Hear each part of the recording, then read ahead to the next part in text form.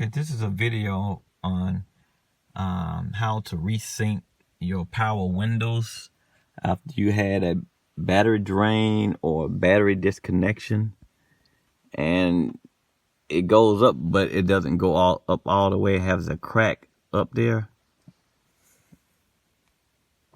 It doesn't go all the way up. It just has that crack there. So what you do is you turn the power on, and you come over here to your window switch for that particular window.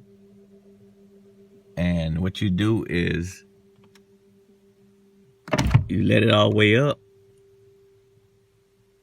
and you hold it for 2 seconds and let go. That should solve your problem. Let's see. We let it down, let it all the way up, and it stays. And that should solve our problem. So what I'm gonna do now, I'm gonna turn the power off. I'm gonna step outside the vehicle.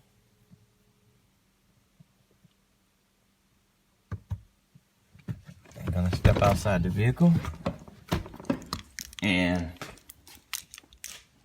the windows should go up and stay up. That's how you reset your window.